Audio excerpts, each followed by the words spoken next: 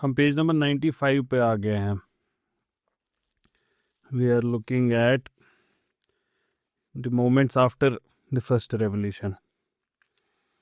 तो अब वही थोड़ा सा रेगुलर हो गई थी. उसके इमीडिएटली बाद ये जो वक्त है, the prophet would not recite Quranic verses ऐसे विद कॉमन फोक्स एट्सेट्रा. तो the only audience he had was Hazrat Khadijatul Kubra. That was the only person जिनके सामने हुजूर सल्लल्लाहु अलैहि वसल्लम would recite these verses. Leslie Hazleton कहती है as though they needed to be incubated. पहले वो सेफर प्लेस के सामने, फिर उसके बाद it would be recited to the wider world. और लगभग ये मामला भी 1 साल चला कि nobody knows about it except हज़रत Khadija. There was no sign of going public yet. 1 साल लगा. इन्होंने वर्ड यूज़ किया है it would be another full year until the sign came to go public. Sign I think she has kind of ना वो दो चीज़ें एक साथ हो गई. कौन कौन सी चीज़? साइन मतलब उनको लगा. दूसरा साइन कुरान की कोई आयत नाजिल हुई जब तक जिसने हुक्म दिया होगा कि नाउ यू शुड और you must go public. Ibn इसहाक के हिसाब से हज़रत जिब्रील आए विद प्रिसाइज इंस्ट्रक्शंस के क्या करना है. इसका स्कॉलर्स कुरान की भी कुछ वर्सेस कोट करते हैं. O you covered in blanket rise and warn. तो कुछ मुस्लिम्स स्कॉलर्स कहते हैं कि this was the moment when the prophet was asked to go ahead and preach it to the public. Ibn Ishaq क्या कहते हैं कि हज़रत जिब्रील आए और हुजूर सल्लल्लाहु अलैहि वसल्लम से उन्हें प्रिसाइज इंस्ट्रक्शंस दी कि क्या करना है. करना क्या था? He was to prepare a good meal जिसमें खाना एट्सेट्रा ये सब सर्व होगा. And then he was to invite Banu Hashim. इनको इनवाइट करेंगे. ये इनके किन्समैन है, अपने रिश्तेदार हैं सारे. And when they would have eaten their fill and then he was to recite Quran in front of them. लगभग 40 लोग आए. हज़रत अब्दुल मुत्तलिब, इनके जो सर्वाइविंग सन्स थे वो सब आए, विच इंक्लूडेड हज़रत अबू तालिब और इनके हाफ ब्रदर अबू लहब ये भी था. Abu Lahab father of flame, father of fire. इनका नाम ऐसा क्यों था? कुछ कहते थे कि he had earn this name by virtue of his character, क्योंकि इनको जल्दी गुस्सा आ जाता था और he would get red faced quickly. कुछ लोग कहते कि it was kind of a hint towards his destination which would be hell, क्योंकि इनके बारे में कुरान ने क्लियरली कहा भी है. हुजूर सल्लल्लाहु अलैहि वसल्लम ने अपने ही दौर में इनके बारे में कहा था कि ही इज़ इन हेल, जहन्नमी अबू लहब. दो में से जो भी रीज़न रहा हो इनका नाम अबू लहब होने का, लेस्ली हेजल्टन कहती है ये अपनी हरकतों से कुछ देर में ही दिखा देंगे कि he was worthy of the name. सब जमा हो गए थे, सब लोगों ने खाना खाया था. They had eaten with appetite. और सब बैठे हैं आराम से अगेंस्ट देयर पिलोज. और इनके जो होस्ट हैं हुजूर सल्लल्लाहु अलैहि वसल्लम, he begins to recite in a rhythmic prose known as साज, जो उस वक्त का oracular utterance का accepted form था. उसमें he is narrating. ये जो साज वर्ड है इसका लिटरल मीनिंग है कूइंग. क्यों इस वर्ड को क्यों यूज़ किया जाता है कूइंग वर्ड को फॉर ऐसा rhythmic prose? Because this was the effect of what linguists called the dissonantial inflection, an extra vowel added to the ends of words so that they linger on the breath. मतलब किसी लफ्ज के and पे एक vowel add कर देना ताकि वो खींचे वो वर्ड, जैसे अल्लाह के बदले अल्लाह हु, ऐसे। तो ये हु, ये जो इसको खींच रहे हैं, इट्स लाइक कूइंग। वक्त के साथ ऐसी लैंग्वेज ग्रेजुअली अबेंडन हुई, the usage would be gradually abandoned over the next century or so. Why? Because poetry fell victim to practicality. जिंदगी के मामला जब इतने कॉम्प्लेक्स हो जाते हैं, फिर शायरी खुद ख़त्म हो जाती है।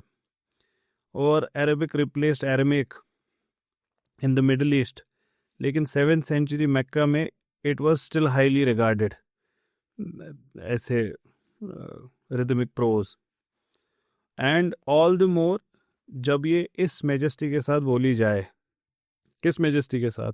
जिस मेजेस्टी के साथ हुजूर सल्लल्लाहु अलैहि वसल्लम जो भी बोल रहे थे वो, which we now know is Quran. Yet even as the others sat entranced, astonished at hearing such eloquence, Abu लहब को गुस्सा आया। बाकी सब astonished है, हैरान है।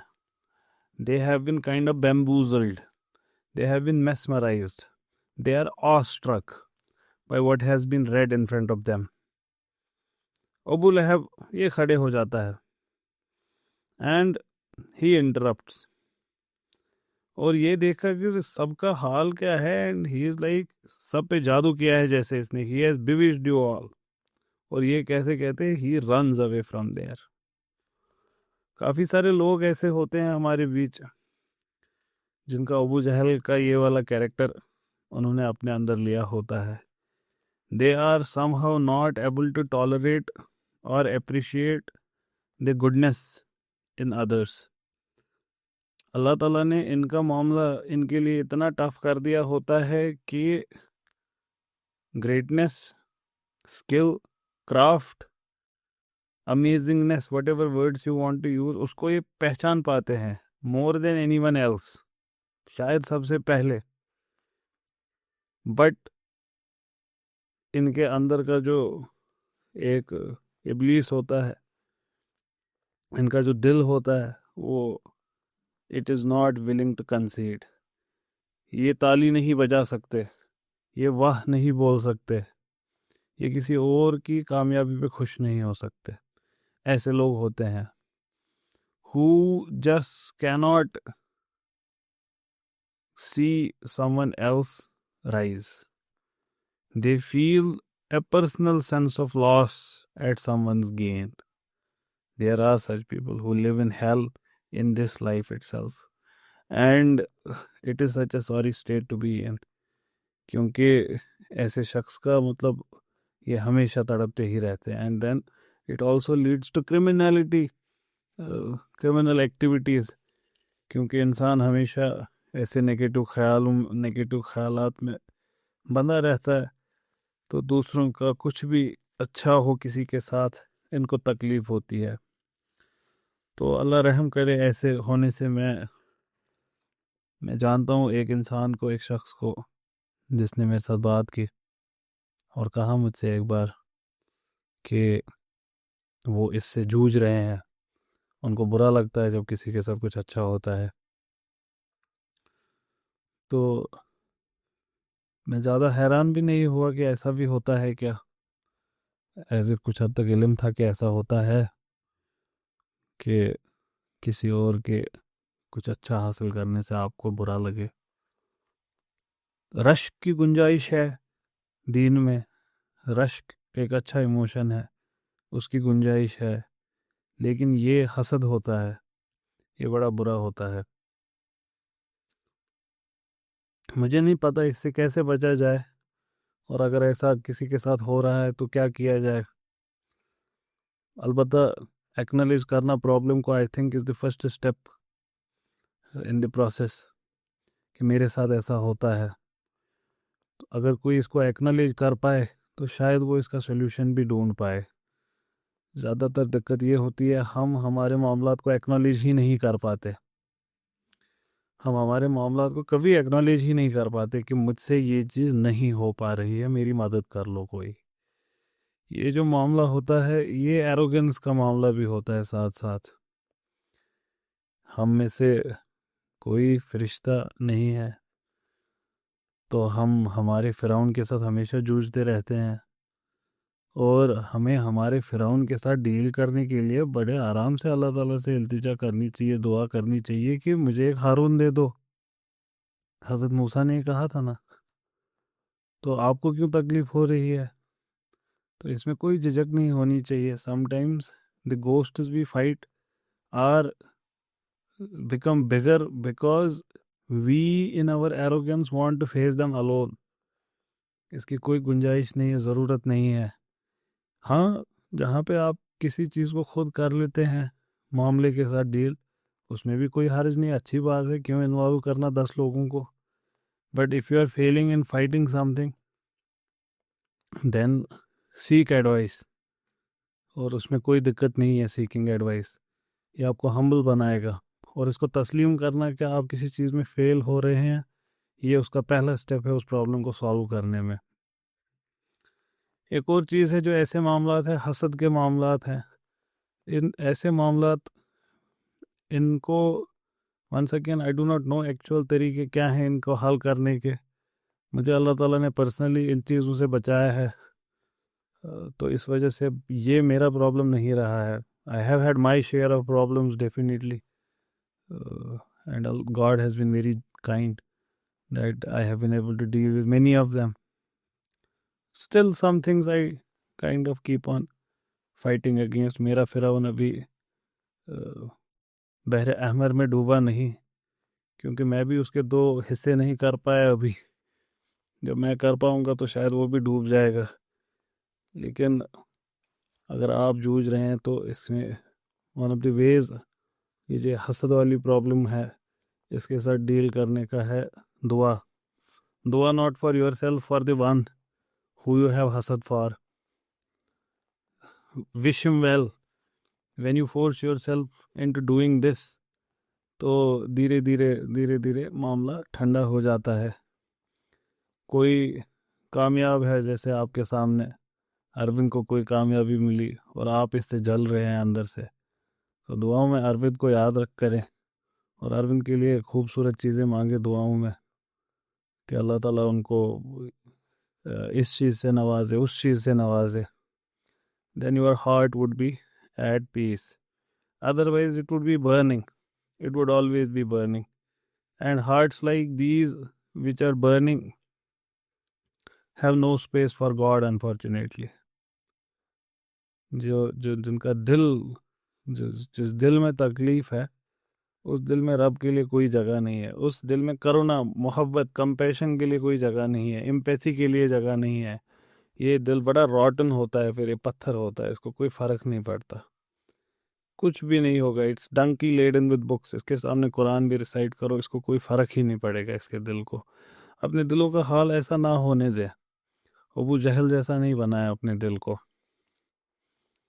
तो and this is the story with many people that it happens, and sometimes you transgress so much in this evil that after some time your deeds start appearing fair to you।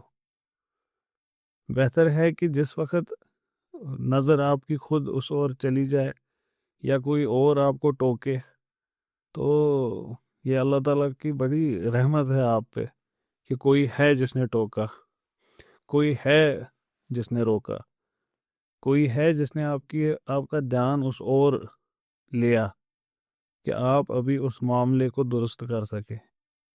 नहीं तो एक वक्त ऐसा आता है that your deeds appear fair to you, that is the worst state to be in, कि आपको लग रहा है कि आप सही हैं। तो अल्लाह ताला सूरह हुजुरात में फरमाते हैं कि you, when you come in front of me and I would have cancelled all your deeds, so why would that happen? The deeds that you thought were good were actually not good, and you would never have known. You would think you are fighting for animal rights, women rights, human rights, minority rights. You would actually be fighting for rights, not rights. what injustice would have happened at your hands, grave injustice, और आपको पता भी नहीं होगी. And these things have ripple effects, butterfly effect. आप एक जगह सिर्फ पंख फड़फड़ाते हैं, आपको लगता है इसका क्या इफेक्ट होगा, कहीं घर जल जाते हैं उस छोटे से इफेक्ट से. और जो ये मामलात हैं दुनिया के, ये बड़े हसास हैं. इनमें ऐसा बिल्कुल ना समझना कि you would be freed of these. जहाँ पे भी किसी का स्किन इन्वॉल्व हो गया, वहाँ पे पकड़ बन जाएगी आपकी आखिरत में हर जगह. तो अपने आप को इस चीज़ से बचाएं. And confess if you are not able to deal with some problem. Abu Lahab was one who could not confess. He stood up.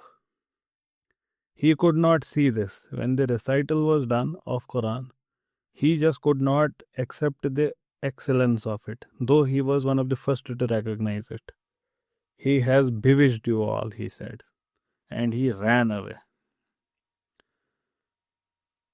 इस ज़माने में to reject any form of hospitality. By the way, यहाँ से हमको एक और lesson भी मिलता है. आपको पता है, बड़े सारे मामलात में हमारा ध्यान नहीं जाता क्योंकि वो अहदीस में नहीं होता बयान.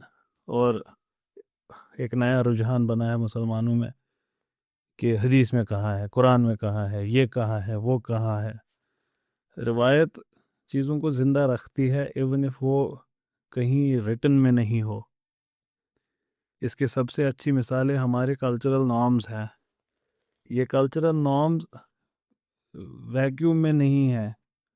जैसे मेहंदी रात है, ये वैक्यूम में नहीं है, आउट ऑफ नोवेयर नहीं है. फिरनी बनाना इफ्तार के बाद, ये आउट ऑफ नोवेयर नहीं है. ये 7 सिन शादी पे बनाना, वलीमा ग्रैंड होना, 17 होना, ये इन थिन एयर नहीं है. ये नट साइज ब्रेन्स को ही लगता है कि ये एज इफ समथिंग बिद्दा है. ये ऐसी कोई बात नहीं है. You would often miss the forest when you concentrate on individual trees. It's ahadith like these which talk about things which are not at all related to customs and culture, which are altogether dealing with different things, but they still tell us the etiquette of the Prophet sallallahu alaihi wasallam.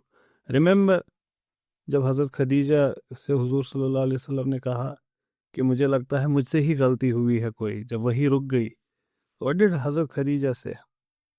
या जब हुजूर सल्लल्लाहु अलैहि वसल्लम के साथ हिरा का वाक़ा हुआ तो उन्होंने हज़रत खदीजा से कहा, I think I have gone mad, I think I am possessed, God has forsaken me. What is Hazrat Khadija से? What is interesting in that vocabulary? She says, you are a good man, you don't lie. और ऐसी उसी list में वो एक जगह कहती हैं, you are generous to your guest. यही कहती है ना, you are generous to your guest. ये जेनरॉसिटी का डिस्क्रिप्शन किसी अहदीस में नहीं है, ये अरब कस्टम में होगा. You are generous to your guest, ये कस्टम्स में होगा. जो उनके घर में पले बड़े, वो देखते होंगे ये जेनरॉसिटी कैसे रही होगी. उन्होंने भी ये जेनरॉसिटी दिखाई होगी आगे जब उनके घर में कोई गेस्ट आता होगा. ये जेनरॉसिटी आगे बढ़ती गई, हम तक पहुंच गई.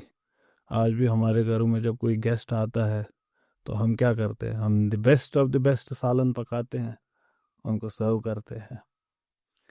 यहाँ पे भी एक अच्छा कस्टम है जो हमको दिखता है.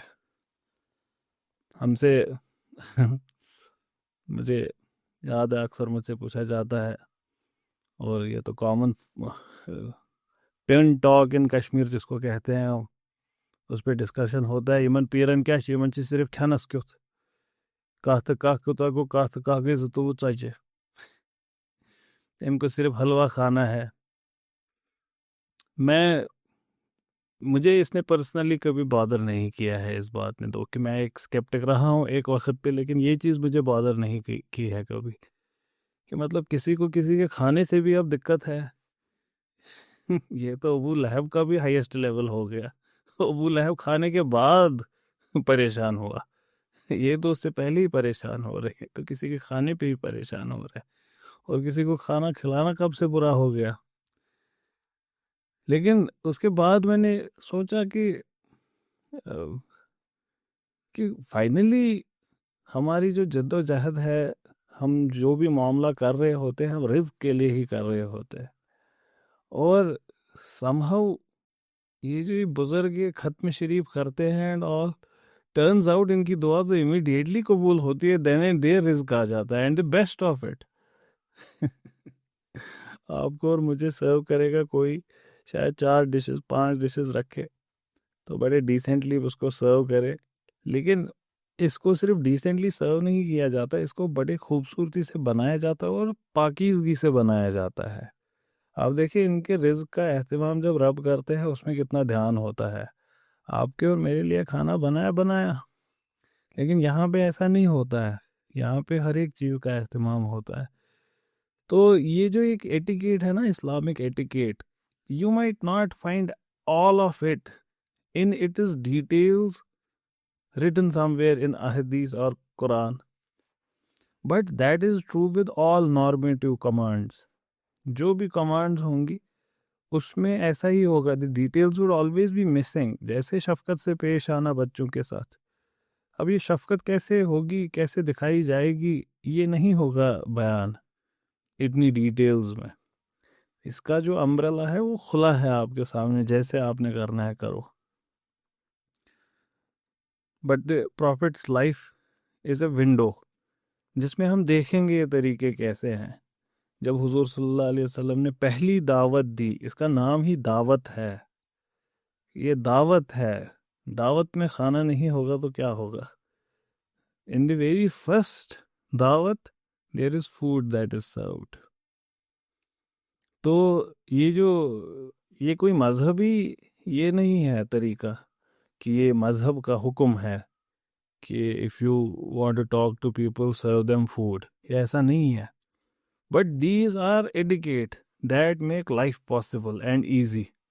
पीपल वंडर कि what has happen to us. मेरी बात नहीं सुनता, आपकी बात सुनता है। आप कानून मंत्री हैं, वो हंस के थोड़ी सी तारीफ करके अपना काम कर लेता है। तो इंसानों का जो डील करने का तरीका है उसमें इन चीज़ों की बहुत अहमियत है, बहुत इम्पोर्टेंस है। The profit when he would सल्लल्लाहु अलैहि वसल्लम, when he would go and preach to particular tribe, he would read in the sense he would ask Hazrat Abu Bakr. Hazrat Abu Bakr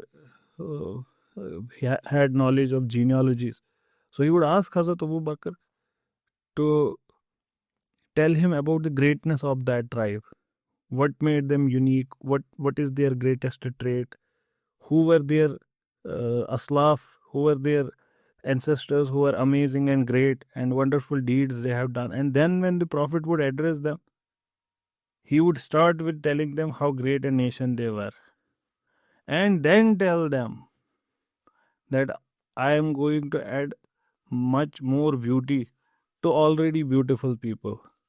Contrast that with the modern Muslim. Modern Muslim is said to devastate, to destroy, to belittle. If you would approach a Christian, he would tell him how bad he is and how good you have to offer. You are there to offer. If you would see a Hindu, you would have all the bad things to say कि तुम्हारे पास ये नहीं है, ये नहीं है, ये नहीं है, ये नहीं है, इसमें बुरे हो, उसमें बुरे हो, ये गलत किया, वो गलत किया, अब मैं तुम्हें कुछ अच्छा देने वाला हूँ। But that's not how we used to do things. We would invite to the way of our Lord with wisdom and beautiful preaching. Beautiful preaching was a part of it. So here as well you can see, though the discussions or something else, कि कैसे पहले इस्लाम की दावत दी गई, लेकिन often times when we concentrate on the tree we miss the forest. What was the etiquette and adab of it? The adab of it is people are served food. They are made home. They are made your own first. And then you tell them. तो you would see कि ये जो मामला है, जो दुनिया के सबसे अच्छे मार्केटिंग वाले भी है ना, वो भी यही करते हैं। वो क्या करते हैं? वो कहते हैं, क्या कहा था बाबा रामदेव ने, दाई टांग आगे करे, बाई टांग आगे करे, put your right hand in front of you, now eat my noodles. यही किया ना उन्होंने। ये जो ईट माई नूडल्स से पहले वाला प्रिल्यूड है, ये प्रिल्यूड इम्पॉर्टेंट है, ये हर जगह इम्पॉर्टेंट है। ये जाहिर होता है डिफरेंट तरीक़ों से।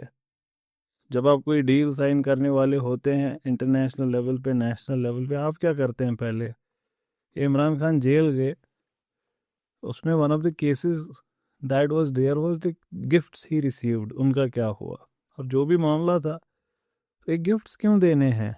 जाके डायरेक्टली बात करके आ जाओ वापस। These take care of our basic sensibilities, and these are important. And where would we know these from? We would only know these from tradition. There is no other way, because not everything, not every moment is documented. We are very lucky that a lot is documented, but lot is not even 1% of the prophetic life. Here was Meccan hospitality at its peak. The host, Huzur Sallallahu Alaihi Wasallam himself. And to reject any form of hospitality, और वो भी फिर अपने ही nephew से, ये Meccan customs में unspeakable rudeness का एक मुजाहिरा था। It was a declaration of enmity almost.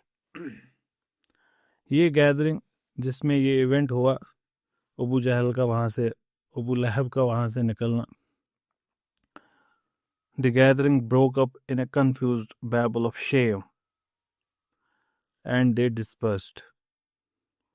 Huzur Sallallahu Alaihi Wasallam, he remained nonplussed, unperturbed.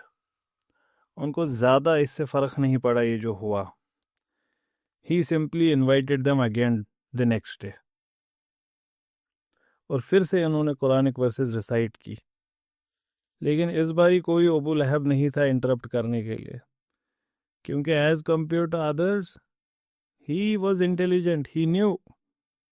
He knew the genius that it was. He knew the beauty of the kalam that had been spoken. He could not bear the beauty once again. It was pain, suffering for his ears. The melody of it, the awesomeness of it. ऐसे शख्स के लिए तो ये भी मतलब it's painful for him. And he stays away. फिर हुजूर सल्लल्लाहु अलैहि वसल्लम कुरान रिसाइट करने के बाद मुखातिब होते और कहते हैं, ओ चिल्ड्रन ऑफ अब्दुल मुत्तलिब, मैं ऐसे किसी शख्स को नहीं जानता जो उस चीज़ से कुछ बेहतर आज तक लाया है जो मैं तुम्हारे लिए लाया हूँ। No Arab has brought his people anything better than what I am bringing you. मैं तुम्हें इस दुनिया का भी सबसे बेस्ट और आखिरत का भी सबसे बेस्ट वो लाया हूँ आपके लिए, क्योंकि अल्लाह ने मुझे कमांड किया है, खुदा ने मुझे कहा है to summon you to him.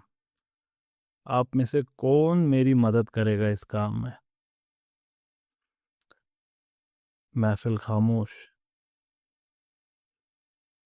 Everyone is silent, they look at each other. हल्की फुल्की बातें हो रही है, व्हाट्स ही सेइंग? ये कौन सी नई बात अचानक से? This is the same person who used to walk with us every day. What has happened to his language? Where did he learn it from? He is not known to speak such language. इनकी language तो हम जानते हैं, ये rhythm, ये मिठास, ये कहाँ से सीखा? And then what is he calling us towards? So there seems to be that kind of aura around. सब आपस में बात कर रहे हैं. No one responds to the question that is put forward कि तुम में से कौन मेरी मदद करेगा इस काम में? There seems to be only one. ये कहानी आगे बयान होती है हज़रत अली, उनके वर्ड्स में। हज़रत अली ये इन्हीं के घर में रहते थे, इससे पहले एक बार जिक्र हुआ है इसका, हज़रत अबू तालिब के बेटे से, और हुजूर के घर में ही पल रहे थे। कौन हज़रत अबू तालिब? जिनके घर में हुजूर पले थे। तो हुजूर सल्लल्लाहु अलैहि वसल्लम ने उनके बेटे को अडॉप्ट किया था in a way, not adopted in the sense हज़रत ज़ैद वाज अडॉप्टेड, बट ये भी घर में ही थे। He was also a household person. He is the only one who responds, and we have this narration from him. हज़रत Ali से ही है ये। हज़रत अली कहते हैं सब पीछे हटे, मैं सबसे यंग था, यंगेस्ट था मैं, और शायद सबसे कम फहम भी मैं ही था, मैं सबसे छोटा था एज में, और मैंने कहा आई विल बी योर हेल्पर या रसूल अल्लाह। तो यहाँ से हमको पता चलता है हज़रत Ali was one of the first to accept this religion. तो he would be young adolescent, I will be your helper O messenger of God. तो हुजूर सल्लल्लाहु अलैहि वसल्लम इनके शोल्डर पे हाथ रखते हैं और कहते हैं he is my brother, he is my representative and he is going to be my successor among you, so listen to him and obey him। इससे पहले जो बातें हुई थी ये मैक्कन एलीट के लिए कुछ हद तक टॉलरेबल, एक्सेप्टेबल, या विद इन द, इसको ओवरटन विंडो कहते हैं ना, with in the Overton window थी जो इससे पहले बातें हुई थी, दीन की दावत, ये अच्छी बातें एंड ऑल। लेकिन ये वाली जो बात है कि ये हम 40 साल के, 50 साल के, इतना तजुर्बा, हम ताजिर हैं, दमिश्क जाते हैं ये, and we are being told by this person that we have to follow and listen to this 8-year-old, 7-year-old, जितनी भी एज उनकी थी उस वक्त। और ये कब से हुआ हमारे यहाँ कि बड़े या बच्चों की बात सुनेंगे?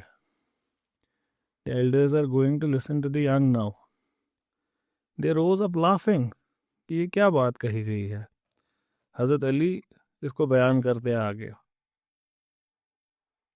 क्या कि ये लोग मुड़े हज़रत अबू तालिब की ओर और उनसे कहा कि हुजूर सल्लल्लाहु अलैहि वसल्लम आपको कमांड कर रहे हैं कि आपने आज से आपकी बेटे की सुननी है।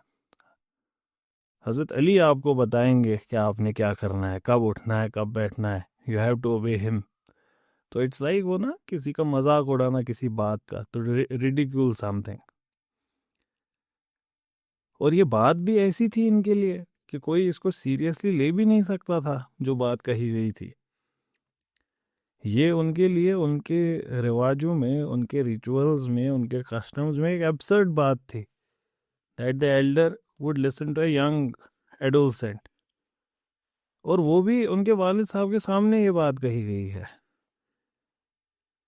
ये रिवर्सल ऑफ अथॉरिटी अनथिंकेबल था मैकन्स के लिए। इसको कोई सीरियसली नहीं ले सकता था। ये जो रिश्तेदार सारे थे जो जमा हो गए थे, एक एक करके निकलने लगे। लेस्ली हेजल्टन कहती हैं they must have emerge from his house shaking their head in bemusement. ये हैरान भी रहे होंगे कि ये जो कलाम बोला था, ये कलाम तो ये कुछ और है। हम इनको जानते हैं, हुजूर सल्लल्लाहु अलैहि वसल्लम को, हम इनकी बातें सुने हैं, इनकी कॉन्वर्सेशन स्टाइल हम जानते हैं, we know all of this, but ये जो बोला गया है ये कुछ डिफरेंट है।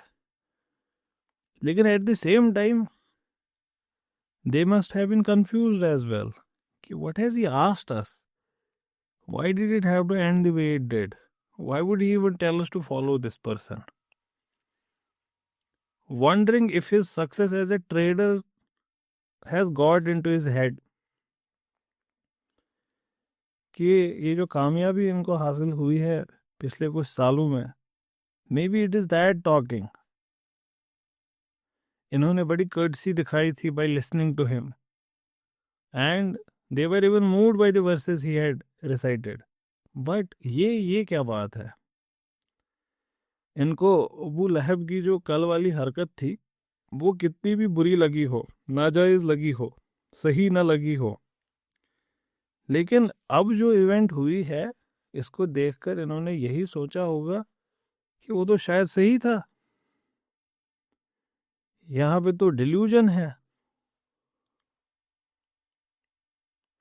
सो दे काइंड ऑफ, वही जो बाद में वो हुजूर सल्लल्लाहु अलैहि वसल्लम को कहेंगे भी कि यू आर possessed, मजनू they would call him, but later time would tell a different story. So they ran away in disappointment. They tried to assure themselves that the person is not all right, but time would tell a different story.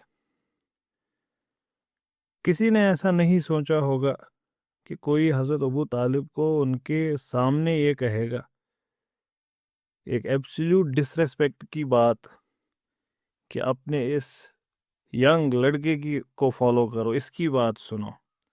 And more so the person who he himself bought up, ये भी talk of the town रहा होगा कि यही तरबियत की थी, यही तरबियत की थी इस शख्स की, और वही शख्स अब आपसे ये कह रहा है कि you should listen to this young man. Forefathers की इज्जत, एल्डर्स की इज्जत, फादर की इज्जत, ये अरेबियन सोसाइटी में सेंट्रल था। सो दे मस्ट हैव पिटीड हजरत अबू तालिब कि कितनी बड़ी मिस्टेक इस शख्स ने की by keeping this person in his home and taking care of him. And then they must have thought how bigger a problem and how bigger a mistake that the person first took care of this person, and now he has put his own son in his care. Hazrat Ali, हजरत अली अलैहिस्सलाम वो अब इन्हीं के घर में पल रहे हैं। किन के घर में? जो बड़ों को बच्चों से अलग, बच्चों को बड़ों से के खिलाफ कर रहा है, ऐसा उनका मानना था। ऐसा हम नहीं मानते कि हुजूर सल्लल्लाहु अलैहि वसल्लम he would put children against parents and parents against children, but this is what they thought. So they would have pitied him all the more for having compounded his mistake, कि एक गलती तो की थी, अब दोगुनी गलती कर दी, by giving him his own son Hazrat Ali, a lad who had clearly emerged from the experience equally lacking in respect due a father. उन्होंने दिखाया भी ऐसे मौके पे। So from their perspective even he had not learned. लेकिन इसके साथ साथ हुजूर सल्लल्लाहु अलैहि वसल्लम के जो रिलेटिव्स थे, अंकल्स थे, and other more established Hashims, they had lent a deaf ear to his appeal. लेकिन सारा का सारा बनु हाशिम और कुरैश ऐसा नहीं था। हज़रत अली की तरह कुछ और लोग भी थे जो इससे मूव हुए थे, who were affected by what they had heard, और ये लोग छुप छुप के हुजूर सल्लल्लाहु अलैहि वसल्लम से मक्का के बाहर मिलने लगे, और धीरे धीरे यहीं पे उन्होंने वो सीखा जिसको बाद में लोग नमाज कहेंगे, जो प्रेयर रिचुअल मुसलमानों का है। It would take place here in the wadis outside Mecca, but out of public gaze. ये publicly नहीं हो रहा है। This is what they were doing. तो एक बार हजरत अबू तालिब, he happens to be on them one day, and he is surprised. ये लोग क्या कर रहे हैं? So he asks, nephew, what is this that you are doing? हुजूर सल्लल्लाहु अलैहि वसल्लम उनको इनवाइट करते हैं कि आप भी ज्वाइन करें। नहीं रखा कुछ उज़्ज़ा, लात और मनात की इबादत में, ये कुछ नहीं कर सकते। एक रब है, who neither begets nor is he begotten, तो ये कोई बेटियां नहीं है खुदा की। लेकिन जितना भी हज़रत अबू तालिब दिल में चाहते, लेकिन जो प्रैक्टिकल एग्जिजेंसीज उनकी लाइफ की थी, they demanded that he could not accept. So all he could say is, my son, I cannot abandon the ways of my father. जो इतने सालों से हम सीखते आ रहे हैं उसको हम नहीं बदल सकते। ये जो ये वेज ऑफ द फादर्स था, यही तो था the fabric that would hold the Quraysh together. अगर सब अपना करने लगे तो ये कौम तितर बितर हो जाएगी, ये टूट जाएंगे, बिखर जाएंगे, अलग हो जाएंगे, एक दूसरे के दुश्मन बन जाएंगे। यही जो ये वेज ऑफ फादर थे, यही तो इनको एक करता था, यही तो एक ऐसा ट्रेडिशन बनाता था जो अनब्रेकेबल था। तो कैसे अबू तालिब इसको छोड़ते?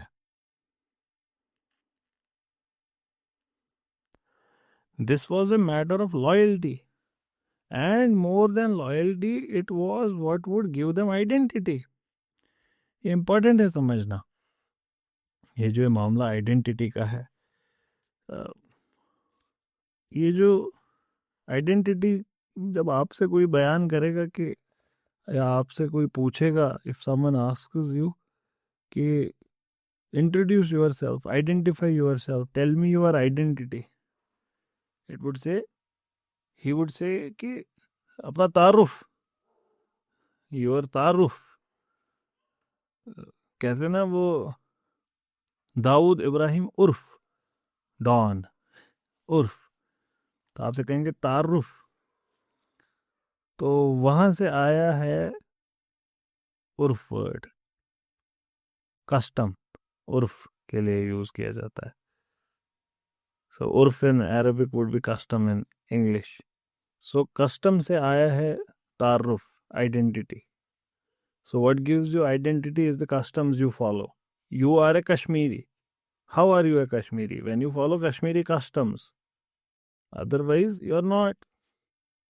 आपको कश्मीरी तौर तरीके के नहीं पता, आप ब्रेकफास्ट में खाते हैं फॉर एग्जांपल छोला पूरी, या आप खाते हैं इडली डोसा, आप बात करते हैं तमिल में, आप पहनते हैं लुंगी, ठीक, आपको तमिल बोलेंगे, आपको तमिल बोलेंगे। आपको सरसों का साग, मक्के की रोटी और लस्सी, ये आपका स्टेबल डाइट है, ठीक। आप पहनते हैं सलवार, ठीक, आप करते हैं गिद्दा, या आप करते हैं भंगड़ा, ठीक, आप बोलते हैं पंजाबी, तो आपकी आइडेंटिटी पंजाबी होगी, राइट। तो वैसे ही there is a proper way of being a Kashmiri. तो कस्टम्स गिव यू आइडेंटिटी। तो यहीं पे ये बात इन्होंने कही, this was a matter of loyalty and identity. इसको आगे हम इंशाल्लाह नेक्स्ट टाइम कंटिन्यू करेंगे जब मिलेंगे। अस्सलाम वालेकुम।